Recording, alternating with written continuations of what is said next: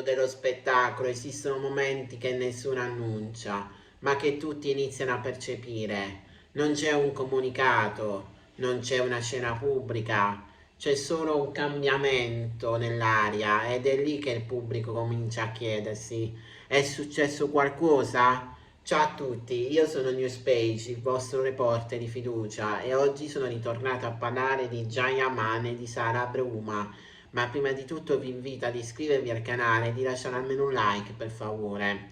Ed ora continuiamo. La voce che parla di tensione tra Giant Man e Sara Bruma nasce così, non da un fatto preciso, ma da una sensazione collettiva. E le sensazioni, quando si parla di personaggi famosi, diventano narrazioni. Per capire bisogna guardare chi sono queste due figure nel mondo in cui vivono la visibilità. Jayaman ha costruito la sua immagine come si costruisce una fortezza: disciplina, controllo, ambizione, laurea in legge, mente analitica, allenamenti durissimi, preparazioni quasi militari ai ruoli. Nulla è mai sembrato casuale. La sua carriera è sempre stata una scalata, non una passeggiata. E le persone che vivono la vita come una scalata sviluppano un tratto preciso, non mostrano facilmente le crepe. Sara Bruma invece viene percepita come una figura più spontanea, più legata all'espressione diretta, al linguaggio emotivo, alla dimensione social. Un mondo diverso di stare sotto i riflettori, più fluido, meno strategico. Quando due persone con strutture emotive così diverse entrano nella stessa orbita mediatica, il pubblico comincia a confrontare e a cercare segnali, a costruire dinamiche.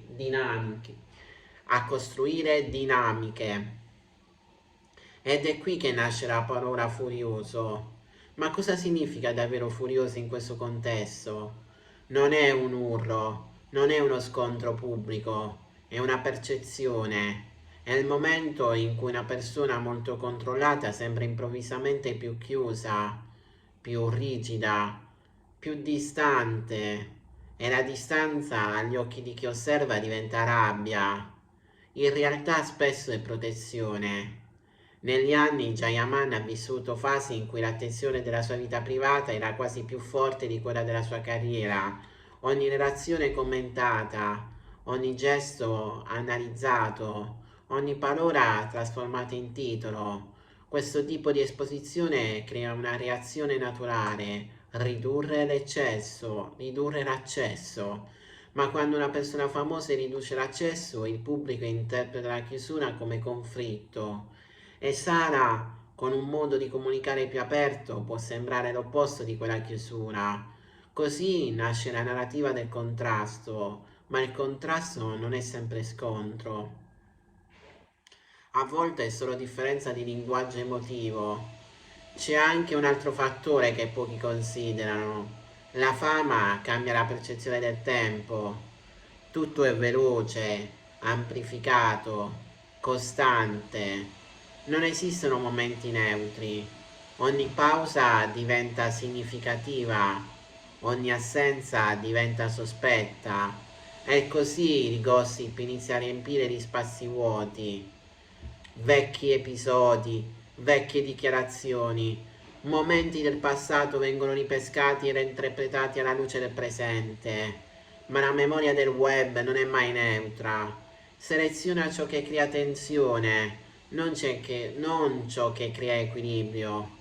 Forse non c'è una lite, forse c'è solo un uomo sotto pressione, forse c'è solo una donna con un modo diverso di gestire la visibilità. È in mezzo un pubblico che osserva e costruisce storie, perché il pubblico non ama l'idea che non stia succedendo niente, ha bisogno di un prima e un dopo, di una frattura, di un punto di svolta, ma la realtà spesso è molto più silenziosa. Le persone che vivono sotto i riflettori devono continuamente negoziare la propria identità. Chi sono per il pubblico? Chi sono davvero? E quando posso mostrare senza perdere me stesso, quando questa tensione cresce, il risultato è visibile. È un cambiamento di energia, meno spontaneità, più controllo, meno apertura, più selezione. E da fuori tutto questo sembra rabbia. La morale è potente. Noi osserviamo i personaggi famosi come se fossero storie da seguire, ma dimentichiamo che stanno vivendo la loro vita in tempo reale, senza copione. E quando cambiano pensiamo che ci sia un dramma. Raramente pensiamo che stiano semplicemente cercando equilibrio. La riflessione finale è questa. Il gossip trasforma le differenze in conflitti. La realtà invece è fatta di sfumature, pressioni e silenzi che non fanno rumore. Forse non c'è furia, forse c'è solo il peso di essere osservati sempre, da tutti, senza mai poter abbassare la guardia. E quella a lungo andare logora anche i più forti. Bene ragazzi, il video di oggi finisce qui, spero che questo video sia stato di vostro gradimento, se è così iscrivetevi al canale, lasciate un bel like e noi ci vedremo in un prossimo incredibile video che non so quando lo farò ma di sicuro ci sarà. A presto su Newspage.